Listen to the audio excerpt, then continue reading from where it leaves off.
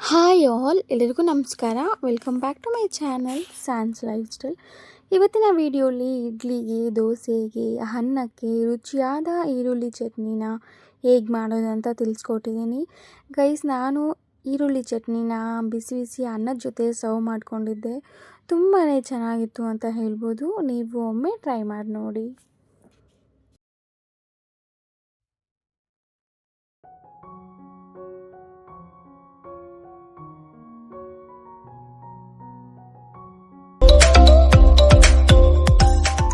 ಇಲ್ಲಿ ನಾನು ಸಾಸಿವೆ 1 ಟೇಬಲ್ ಸ್ಪೂನ್, ಕರಿಬೇವಿನ ಸೊಪ್ಪು 1 ಟೇಬಲ್ ಸ್ಪೂನ್, ಕಡಲೆಬೇಳೆ, ಹಾಗೆ 2 ಈರುಳ್ಳಿ, ಸ್ವಲ್ಪ ಹುಣಸೆಹಣ್ಣು, ಹಾಗೆ ಬೆಳ್ಳುಳ್ಳಿ ಮತ್ತು ರುಚಿಗೆ ತಕ್ಕಷ್ಟು ಉಪ್ಪು, ಹಾಗೆ ಖಾರದ ಪುಡಿ ಮತ್ತು ಸ್ವಲ್ಪ ಜೀರಿಗೆನ ಸೈಡ್ಗೆ ಎತ್ತಿಕೊಂಡಿದ್ದೀನಿ.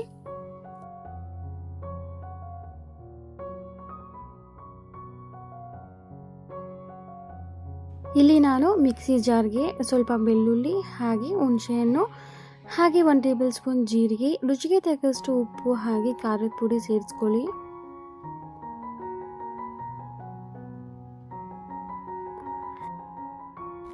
ನಂತರ ಇಲ್ಲಿ ನಾನು 2 ಈರುಳ್ಳಿನ ಸೇರಿಸ್ತಾ ಇದ್ದೀನಿ. ಇಲ್ಲಿ ನಿಮಗೆ ಈರುಳ್ಳಿ ಎಷ್ಟು ಬೇಕೋ ಅಷ್ಟು ತಗೋಬೋದು. ಇದನ್ನು ನಾವು ಸ್ವಲ್ಪ ತರಿತರಿಯಾಗಿ ರುಬ್ಕೋಬೇಕು. ಈ ರೀತಿ ನಾವು ಗ್ರೈಂಡ್ ಮಾಡಿಕೊಂಡ್ರೆ ಸಾಕಾಗುತ್ತೆ. ಇಲ್ಲಿ ನೋಡ್ಬೋದು ನೀವು ಕಲರ್ ಎಲ್ಲ ಎಷ್ಟು ಚೆನ್ನಾಗಿ ಬಂದಿದೆ ಅಂತ. ಈಗ ನಾನು ಒಂದು ಕಡಾಯಿಗೆ 2 ಟೇಬಲ್ ಸ್ಪೂನ್ ಎಣ್ಣೆನ ಹಾಕಿ, ಎಣ್ಣೆ ಕಾದ ನಂತರ 1 ಟೇಬಲ್ ಸ್ಪೂನ್ ಸಾಸಿವೆ, ಹಾಗೆ ಕರಿಬೇವಿನ ಸೊಪ್ಪನ್ನು ಸಹ ಹಾಕ್ಕೊಂಡು, ಸಾಸಿವೆ ಸಿಡಿದ ನಂತರ ಇದಕ್ಕೆ 1 ಟೇಬಲ್ ಸ್ಪೂನ್ ಕಡಲೆಬೇಳೆನ ಹಾಕಿ ಕಲರ್ ಚೇಂಜ್ ಆಗೋವರೆಗೂ ನಾವು ಇದನ್ನು ಹುರ್ಕೋಬೇಕಾಗುತ್ತೆ. ಹಾಗೆ ನಾನು ರೆಡ್ ಚಿಲ್ಲಿನ ಸಹ ಹಾಕ್ಕೊಂಡಿದ್ದೀನಿ.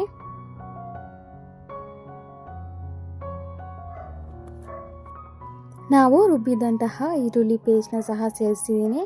ಇದನ್ನು ನಾವು ಹಸಿ ವಾಸನೆ ಹೋಗೋವರೆಗೂ ಪೂರ್ತಿಯಾಗಿ ಹುರ್ಕೋಬೇಕಾಗುತ್ತೆ. 5 ನಿಮಿಷ ನಾವು ಇದನ್ನು ಹುರ್ಕೊಂಡ್ರೆ ಸಾಕು, ರೆಡಿ ಆಗುತ್ತೆ.